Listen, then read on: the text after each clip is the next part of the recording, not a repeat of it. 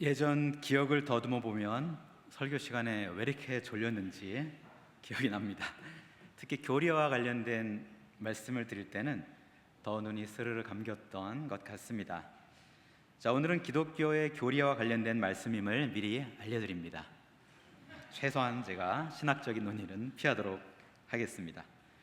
창세기 18장 1절에서 10절까지는 하나님께서 아브라함의 일상에 찾아오시는 장면부터 시작됩니다. 하루는 아브라함이 한창 더운 대낮에 마므레라는 지역에 상수리 나무, 장만문이죠. 그 당시에는 이제 대규모 목축을 했던 그러한 시대적 배경이었기 때문에 그 장막문 곁에 앉아 있는데 주님이 아브라함에게 나타나십니다.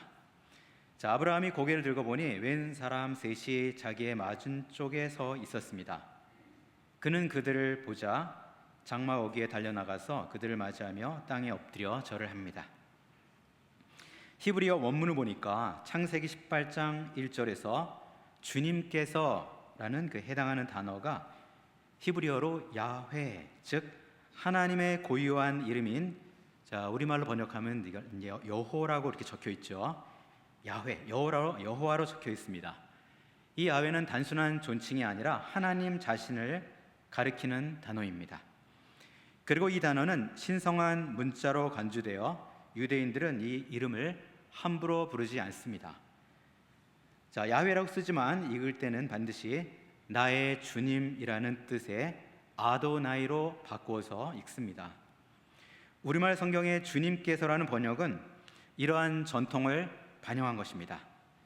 오늘 본문에서 아브라함은 그 세 사람을 보자마자 달려나가서 그들을 맞이하며 땅에 엎드려 절을 합니다. 자, 여기서 아브라함이 본 세 사람에 대해서 성경학자들이 몇 가지 해석을 제시하고 있습니다. 가장 널리 받아들여지는 해석은 한 분은 여호와의 사자로 하나님, 즉 하나님께서 여호와의 사자로 나타나신 분이다. 그리고 나머지 두 분은 그를 수행하는 천사라는 그런 견해입니다. 자, 창세기 18장 3절에도 내 주여 내가 주께 은혜를 입었사오면 원하건대 종을 떠나 지나가지 마옵소서, 이렇게 말씀하고 계시죠. 여기에 내 주여에 해당하는 단어도 바로 이 야훼에 해당하는 단어입니다. 자, 영어 성경 이 킴 제임스 버전에서는 이 내 주여를 my lord, LORD, 이 모든 단어를, 모든 문자를 대문자로 적고 있습니다. 이는 하나님의 고유 명사인 야훼, 여호와를 번역할 때 사용하는 유대 전통의 근거를 두고 있습니다. 자, 우리가 사용하는 성경은 세 번역이죠. 자, 여기에는 주님께서 이렇게 이야기를 하고 있고, 또 이제 3절에는 이제 손님들을 이렇게 표현하고 있죠. 근데 이 표현은 전통적인 그러한 관점하고는 약간 좀 차이가 있습니다. 세 번역에는 주님께서, 그리고 킹 제임스 버전에서는 마이 로드, 야훼를 그대로 직역을 한 것입니다. 하나님의 고유명사, 하유명사 여호와를 번역할 때 사용되는 유대 전통의 근거를 둔 명확한 하나님을 지칭하고 있다, 이렇게 보고 있습니다. 자, 이 세 사람이 누구냐 하는 그런 논쟁보다 더 중요한 것은 아브라함이 하나님을 찾아간 것이 아니라 하나님께서 먼저 아브라함에게 나타나셨다는 사실입니다. 아브라함은 말이 길지 않았습니다. 대신 반응이 즉각적입니다. 아브라함이 장막 안으로 뛰어들어가서 사라에게 말을 하죠. 빨리 고운 밀가루 3쌀을 가지고 와서 반죽을 해서 빵을 구워달라고 부탁을 합니다. 그리고 달려가서 기름진 좋은 송아지 한 마리 끌어다가 요리를 시키고, 또 엉긴 젖이라고 나오죠. 요즘으로 치면 치즈 정도 될 것 같습니다. 그리고 우유와 요리를 극진하게 대접합니다. 창세기 18장 1절에서 아브라함이 마므레 지역 상수리 나무 아래에 장막문 근처에 있었을 때의 상황은 외적으로는 굉장히 평온해 보이죠. 하지만 내적으로는 오랜 기다림과 영적인 침체, 그리고 육체적인 한계에 부딪혀 있던 지치고 무거운 그러한 시간 속에 있었습니다. 이 당시에 아브라함의 나이는 99세였습니다. 그리고 아내 사라는 89세로 생물학적으로 보았을 때는 아이를 가질 수 없는 상태였습니다. 자, 하나님은 아브라함에게 너를 통해 하늘의 별과 같이 큰 민족을 이루게 하겠다, 이렇게 말씀하셨지만 어느덧 그 약속을 하신 지 24년이나 흘러갔습니다. 그의 눈앞에는 여전히 빈 장막뿐입니다. 긴 시간 동안 떠돌이 유목 생활을 반복하면서 아브라함의 마음은 지칠 대로 지쳐 있습니다. 이제 내 인생에 기적은 없다. 이대로 나이를 들어서 죽는구나. 이렇게 생각하고 영적, 육체적 한계 속에서 체념하고 있던 그런 답답한 상황이었습니다. 그 가장 무력한 순간에 하나님께서 세 사람의 모습으로 아브라함을 찾아오신 것입니다. 자, 이 본문은 로마서 5장으로 연결됩니다. 로마서 5장 8절에 우리가 아직 죄인 되었을 때 그리스도께서 우리를 위하여 죽으셨습니다. 이리하여 하나님께서는 우리들에 대한 자기의 사랑을 실증하셨습니다. 자, 이렇게 말씀하시죠. 인간이 죄인이었으며 스스로 하나님께 나아갈 수 없는 연약한 상태에 있을 때 하나님께서 먼저 찾아오셨다는 것입니다. 그리스도를 이 땅에 보내십니다. 그리스도께서 우리를 위하여 죽으십니다. 즉 구원의 출발점은 인간이 아니라 하나님의 은혜와 사랑이었습니다. 창세기 18장에서는 하나님이 절망 중에 있던 아브라함의 장막으로 찾아오셨고, 또 오늘 본문 마태복음에서는 하나님이 인간 세계로 오셨음을 명확히 합니다. 그리고 로마서 5장은 그 오심의 목적과 이유를 설명하고 있습니다.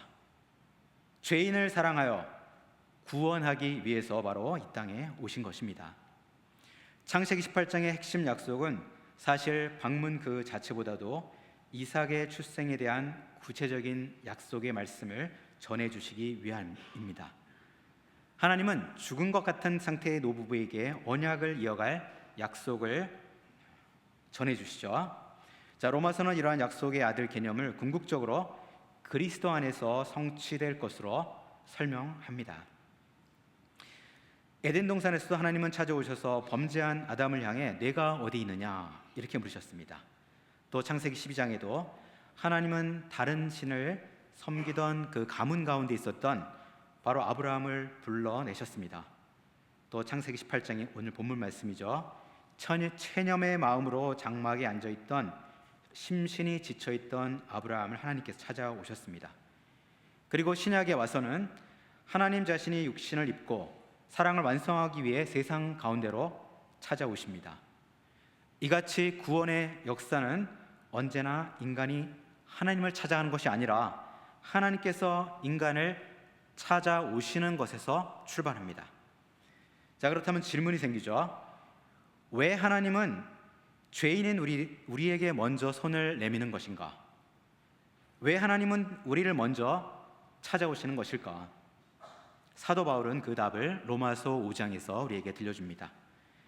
우리가 아직 죄인이었을 때 그리스도께서 우리를 위하여 죽으셨다. 이로써 하나님께서 우리에 대한 자기의 사랑을 확증하셨다. 하나님 먼저 찾아오신 이유는 바로 사랑 때문이었다는 것을 우리에게 전해주고 계십니다. 저와 여러분이 가치가 있어서가 아닙니다. 우리가 선해서도 아니죠. 우리가 아직 죄인이었을 때였습니다. 우리가 아직 약하고 무능할 때, 그때 하나님은 우리를 사랑하심으로 예수 그리스도를 이 땅에 보내신 것입니다. 따라서 복음은 하나님을 사랑하라 이러한 요구로 시작하지 않습니다. 하나님이 먼저 저와 여러분을 사랑하셨다라는 선언으로 시작됩니다. 하나님의 사랑은 마태복음 9장 35절에 더욱 분명하게 드러납니다. 예수님께서 세상을 바라보시는 그 장면이죠. 마태복음 9장 35절 말씀을 보니까 예수님은 모든 도시와 마을을 다니십니다. 가르치시고 복음을 전파하시고 병든 자를 고치십니다. 그리고 36절은 예수님의 마음을 그대로 보여줍니다. 무리를 보시고 불쌍히 여기시니, 예수님은 수많은 사람들을 보았습니다. 그들의 영혼을 보셨습니다. 그리고 그들의 상처를 보셨습니다. 성경은 그 사람들을 목자 없는 양이라고 말하고 있습니다. 자, 여기서 불쌍히 여기셨다는 말은 단순한 동정이 아닙니다. 원어적인 의미를 보니까 창자가 끊어질 듯한 긍휼을 표현하는 그러한 말씀입니다. 창자가 끊어지는 그러한 단장의 아픔입니다. 가슴이 무너지는 그런 예수 그리스도의 사랑입니다. 예수님은 하나님 아버지의 완전한 형상이시죠. 또 예수님이 불쌍히 여기셨다는 것은 하나님이 길 잃은 상태에 있던 사람들을 긍휼히 여기셨다는 말씀입니다. 예수님이 온갖 질병과 온갖 아픔 가운데 있던 사람들을 고쳐주신다는 것은 세리와 또 창기와 또 병든 자를 예수님께서 품으신다는 것은 하나님이 그렇게 하신다는 말씀입니다. 그러므로 이 마태복음 9장에 나타난 예수님의 긍휼과 불쌍히 여기시면 결국 십자가 위에서 완전한 사랑으로 예수님께서 우리에게 실천으로 보여주십니다. 그 사랑을 드러내시는 것이죠. 이 십자가의 사랑은 길을 잃고 방황하는 죄인들을 향한 깊은 긍휼에서 흘러나온 사랑입니다. 자, 마태복음에서 예수님은 그들을 불쌍히 여기시지만 내가 저들을 다 구원하겠다 이렇게 말씀하지 않으십니다. 대신 제자들에게 추수할 것은 많되 일꾼이 적다 이렇게 말씀하십니다. 주님의 긍휼의 말씀은 반드시 제자 공동체, 즉 교회의 사명으로 이어짐을 알려주시는 것입니다. 예수님은 제자들에게 하나님의 시선을 가르치셨습니다. 하나님의 긍휼을 가르치셨습니다. 그리고 그들을 세상으로 보내시는 것입니다. 창세기 18장 하나님은 아브라함을 찾아오셨습니다. 또 로마서 5장은 하나님은 죄인을 위해서 아들을 내어주셨습니다. 마태복음 9장 이 땅에 오신 예수님은 저와 여러분을 불쌍히 여기셨습니다. 그리고 복음을 가르치시고 제자 삼으셨습니다. 오늘 본문 바로 다음 장이죠. 마태복음 10장에서는 예수님은 제자들을 세상으로 내보내십니다. 자, 구속사의 흐름을 여기서 분명해집니다. 찾아오신 하나님의 사랑은 반드시 찾아가는 사랑으로 연결된다는 말씀입니다. 하나님이 먼저 손 내미신 그 사랑을 받은 자를 통해서 다시 세상으로 흘러가야 합니다. 제자들은 하나님의 사랑이 역사 속에서 계속 흘러가는 통로가 되는 그러한 사람들입니다. 따라서 본질적이고 가장 큰 하나님의 사랑, 바로 이웃사랑이라고 이렇게 얘기하고 있죠. 본질적인 사랑은 바로 한 영혼을 하나님께로 인도하는 것입니다. 예수님께서 제자된 저와 여러분을 세상에 보내시겠다 이렇게 말씀하신 근본적인 이유가 바로 오늘 본문 말씀에 나오고 있습니다. 우리에게 가장 필요한 것은 예수님이 품으셨던 긍휼의 마음입니다. 그리고 예수님의 사랑과 긍휼을 경험한 제자된 저와 여러분은 다른 사람을 품으라 이렇게 말씀하고 계신 것입니다. 예수님의 사랑과 긍휼을 경험한 제자된 사람들은 다른 사람을 품게 되죠. 그리고 우리는 예수 그리스도의 은혜와 하나님의 사랑을 지혜롭고 그리고 실제적인 방법으로 전해야 합니다. 바로 전도와 구제죠. 이 둘은 예수님의 사랑과 긍휼의 기초를 둔 예수님께서 우리에게 기대하시는 바로 그 열매가 됩니다. 사도행전 1장 8절에서 부활하신 예수님은 제자들에게 다시 한번 하나님의 긍휼의 마음과 그 열매에 대한 소명을 주십니다. 사도행전 1장 8절 너무나 잘 알려진 말씀이죠. 성령이 너희에게 임하시면 너희가 권능을 받고 예루살렘과 온 유대와 사마리아 땅끝까지 이르러 내 증인이 되어라 말씀하십니다. 내 증인이 되어라, 이 말씀은 예수님이 제자들에게 당부하신 바로 그 사랑의 열매입니다. 그리고 긍휼의 열매입니다. 추수할 영혼들이 많은데 일꾼이 적다.